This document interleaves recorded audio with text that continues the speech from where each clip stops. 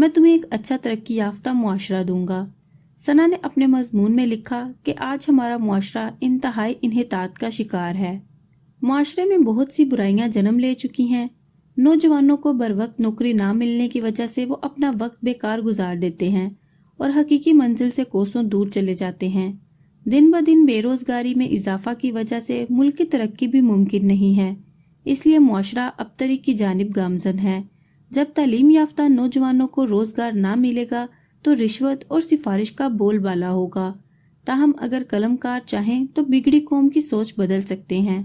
اخبار کے ایڈیٹر نے نہ صرف ثنا کا مضمون شائع کیا بلکہ اس کو اپنے اخبار میں ملازمت کی پیشکش کر دی۔ اس نے والد کو آگاہ کیا تو منظور نے کہا کہ ہر لڑکی کو والدین کے گھر سے رخصت ہو کر اپنا ایک گھر بسانا ہوتا ہے، ملازمت کی کیا ضرورت ہے؟ باپ کے منہ سے یہ بات سن کر وہ رو پڑی، سوچنے لگی کہ کیا یہی مقصد زندگی ہے؟ مادر ملت بھی تو کسی کی بیٹی، کسی کی بہن تھی۔ اگر وہ ملک و قوم کے لیے اپنی سوچ، اپنی زندگی وقف کر سکتی تھی تو میں کیوں نہیں؟ ثنا نے والد کو اپنا موقف سمجھانے کی بہت کوشش کی، مگر منظور صاحب کا ایک ہی جواب تھا، تمہاری شادی کرنی ہے۔ مجبوراً وہ خاموش ہو گئی اور والدین کی رضا کی خاطر سرخ جوڑا پہن کر پیا گھر سدھار گئی۔ ابھی شادی کو چند دن بھی نہ گزرے تھے کہ عدنان نے اس کو اس کے والد کا وعدہ یاد دلایا۔ پھر شادی کے 6 ماہ بعد عدنان اپنے سسر سے رقم لے کر مزید تعلیم کے حصول کے لیے انگلینڈ چلا گیا۔ برطانیہ میں زندگی بسر کرنا بڑا مشکل تھا۔ اس کا مسئلہ وہاں رہائش کے علاوہ ملازمت بھی تھا۔ 1 سال میں اس نے جو تکالیف برداشت کیں وہ عمر بھر کی قید کی سزا سے بھی بڑھ کر تھیں۔ اس کا کوئی بھی لمحہ اپنے وطن اور گھر والوں کی یاد کے بغیر نہیں گزرتا تھا۔ تاہم اس نے ثنا کو اپنی ان پریشانیوں سے آگاہ نہ کیا۔ وہاں جا کر اسے اپنے وطن اور وقت کی قدر کا احساس ہوا۔ وہاں گورے کام پر آنے والے ہر شخص کے ایک ایک لمحے کا حساب رکھتے تھے۔ کسی کو کام پر پہنچنے میں تھوڑی تاخیر ہو جاتی تو اس کی جگہ دوسرا آدمی کام پر رکھ لیا جاتا، لہٰذا اس کو دوسری شفٹ کا انتظار کرنا پڑتا تھا۔ اگلے دن کام کے لیے رات بھر لائن میں کھڑے رہ کر اپنی باری کا انتظار کرنا پڑتا تھا۔ یوں فیکٹری میں کام کرنے والے مزدوروں کی کمی نہ تھی، کیونکہ دوسرے ممالک بھارت، بنگلہ دیش، سری لنکا اور نیپال کے لوگ اور کم شرح پر بھی مزدوری کرنے کو تیار ہو جاتے تھے۔ وہاں صرف پاکستانیوں نے ہی کم شرح کی مزدوری کو اپنی انا کا مسئلہ بنایا ہوا تھا۔ عدنان کو جب اپنے وطن کی قدر ہوئی، اس وقت پاکستان واپس جانے کو ٹکٹ کے لیے پھوٹی کوڑی بھی نہ تھی۔ وہ اپنے گھر سے پیسے نہیں منگوانا چاہتا تھا، کیونکہ وہ روشن مستقبل کے لیے وہاں گیا تھا، جو محض ایک خوبصورت خواب ہی تھا۔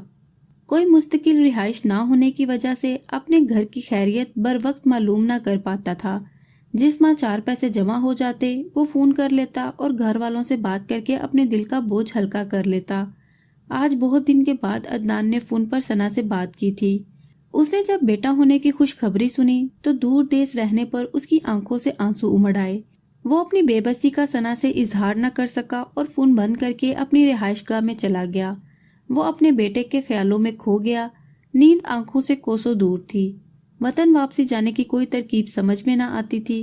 سمندری راستے سے وہ جانا نہ چاہتا تھا۔ رات کافی بیت چکی تھی۔ پل پل بڑی بے قراری میں گزر رہا تھا۔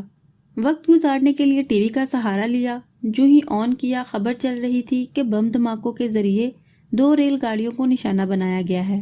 اس حادثے میں بہت سے لوگوں کی جانیں ضائع ہو گئیں اور سینکڑوں لوگ بری طرح زخمی ہوئے۔ اس دہشت گردی کی بڑی واردات کے بعد برطانیہ کے عوام پاکستانیوں سے نفرت سے پیش آنے لگے۔ جہاں جہاں پاکستانی کام کرتے تھے ان کو وہاں سے نکال دیا گیا، حالانکہ ان کا اس میں کوئی قصور نہ تھا۔ دہشت گردی میں ملوث اس حادثے کے بعد پاکستانیوں کی ایک بڑی تعداد واپس وطن آ گئی، مگر عدنان نہ آ سکا۔ عدنان اپنی رہائش گاہ پر قید ہو کر رہ گیا۔ آخر کب تک؟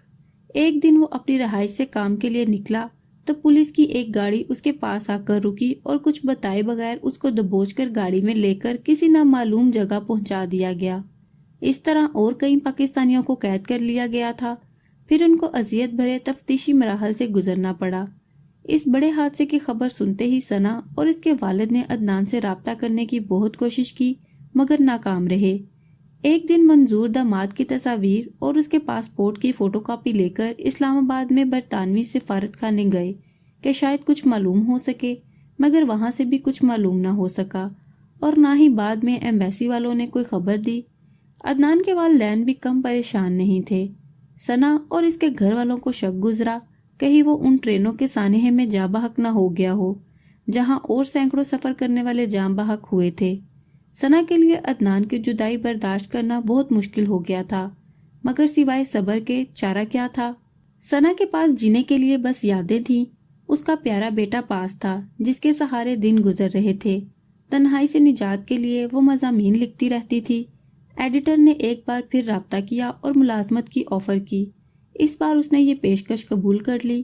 ایک دن دفتر کا کام مکمل کر کے گھر جانے کو تھی کہ ایڈیٹر نے اپنے کمرے میں بلایا اور کہا کہ ابھی گھر مت جائیے، ایک خبر لگانی ہے۔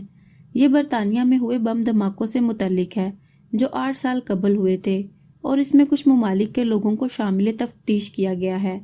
ان میں کچھ پاکستانی بھی تھے۔ برطانوی حکومت نے آج 8 سال بعد ان کو جرم ثابت نہ ہونے پر رہا کر دیا تھا۔ ہم کو اس کی خبر لگانی ہے، ایڈیٹر نے ہدایت کی۔ حالات نے ثنا کو محنت سے کام کرنے کا عادی بنا دیا تھا۔ اس نے اپنے ماضی کی ساری یادوں کو دماغ کے ایک کونے میں بند کر دیا، اپنی تکلیفوں کا کسی کو احساس نہ ہونے دیا۔ ہر وقت کام میں مصروف رہتی تھی۔ گھر جانے کی بجائے اپنے دفتر کے کمرے میں جا بیٹھی۔ ایڈیٹر نے کہا تھوڑی دیر بعد ان پاکستانیوں کے نام اور تصویریں ملیں گی جو برطانیہ میں جرم کی سزا کاٹ کر آزاد ہوئے ہیں۔ چند منٹوں میں ایک شخص آیا جس کے ہاتھ میں ان قیدیوں کی تصاویر اور خبر کی مکمل رپورٹ تھی۔ اس نے تصاویر اور رپورٹ ثنا کے حوالے کر دی۔ ثنا نے یہ لفافہ متعلقہ شعبے کے حوالے کیا اور گھر چلی گئی۔ اگلی صبح جب دروازے پر دستک ہوئی، اٹھ کر کمرے سے باہر آئی اور دہلیز پر پڑا اخبار اٹھا کر واپس کمرے میں آ گئی۔ جو ہی اس نے اخبار کھولا تو سب سے پہلے اسے عدنان کی تصویر نظر آئی۔ اس نے جذباتی ہو کر اخبار پڑھنا شروع کر دیا۔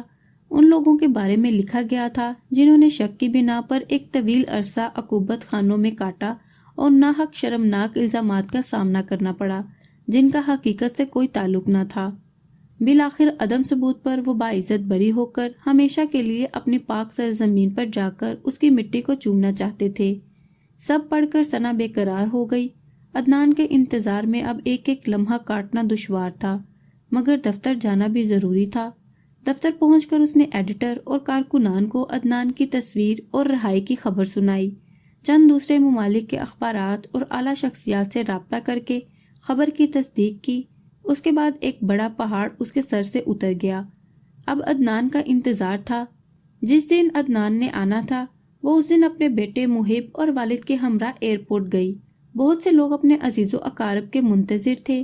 کچھ ہی دیر بعد طیارہ پہنچا اور قید و بند کی صحبتیں برداشت کر کے رہا ہو کر آنے والے بے گناہ افراد ایئرپورٹ کے گیٹ سے باہر اپنی سرزمین کو عقیدت و محبت سے چوم رہے تھے۔ عدنان کافی کمزور ہو گیا تھا، مگر اس کے چہرے پر وہی کشش تھی جو برسوں پہلے ہوا کرتی تھی۔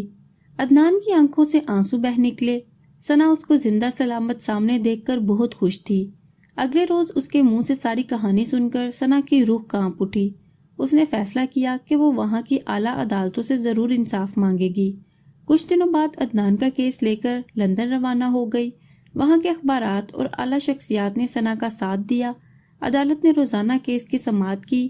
انتظامیہ عدالت کو مطمئن نہ کر سکی۔ یوں عدالت عالیہ نے فیصلہ کیا کہ جن افراد کو اتنے عرصے غیر قانونی حراست میں رکھا گیا تھا ان کو بطور جرمانہ معاوضہ ادا کیا جائے اور ان سے معافی مانگی جائے۔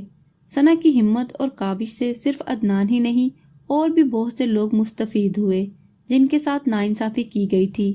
ان میں صرف پاکستانی ہی نہیں دوسرے ممالک کے لوگ بھی شامل تھے۔